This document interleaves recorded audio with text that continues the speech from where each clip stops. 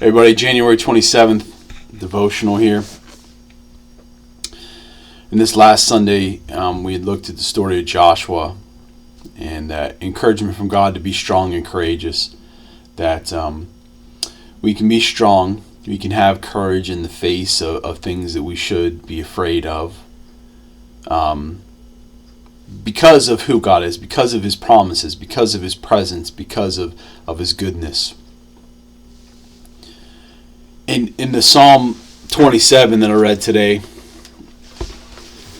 it finishes with David saying, "Wait patiently for the Lord, be brave and courageous. Yes, wait patiently for the Lord." David's surrounded by his enemies in this instance, and he's trying to be strong, and he's trying to have courage. And he talks throughout this of how he trusts that God is going to protect him, and God's going to put him up on this high rock that his enemies can't reach. Sometimes in the midst, we want to strength and courage, and we think that strength and courage that we talked about when we commit to it, sometimes we expect that to mean that our problems are gone right away. And yet what we find throughout Scripture is that our strength and courage is not in our problems being changed. Our strength and courage is not in the things we're afraid of magically vanishing.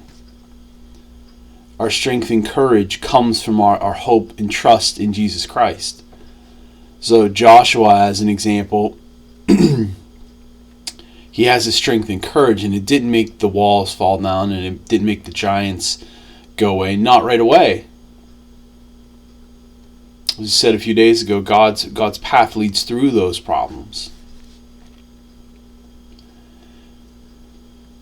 The strength and courage is not a solution to the problem. Strength and courage is what helps you get through it. Be patient as you're courageous. Having courage enough to face your fears is not a one moment thing. It's not something that we do and say, okay, for this second, for this moment, for this minute, I'm going to be courageous. No, it has to be the constant state of our hearts. That we constantly have this courage that drives out our fear. And Scripture promises that it's perfect love that drives out fear. It's feeling secure that God does love you, that God is with you, that God is for you, that fills you with that courage. I grasp and understand that patience and perseverance are the most difficult things for us to be asked of us. Just the pandemic, just use that as an example. If every time the officials are coming out and saying we're working on it, we have these solutions, just be patient as we get them worked out. We don't hear that anymore. We just want it to be done because we have become accustomed to living in this instantaneous society. We have a problem and we just fix it, and if we can't fix it, we run away from it. Well, life doesn't work that way. So God, in these instances, is giving us the tools that we need to face these things. And here, He's saying that courage that comes from our trust, that comes from our hope in Jesus Christ. That courage is what enables you to be patient. God is not going to allow you to be consumed by your problems. God is not going to allow you to be overcome by your enemies. But that doesn't mean that He's going to vanquish them in the moment you ask either.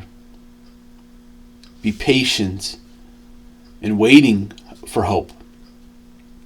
Be patient in trusting that God is going to keep His promises. Be patient and fill your hearts with courage and trust that God is going to lift you up above those things that threaten you, that threaten your lives, that threaten your families.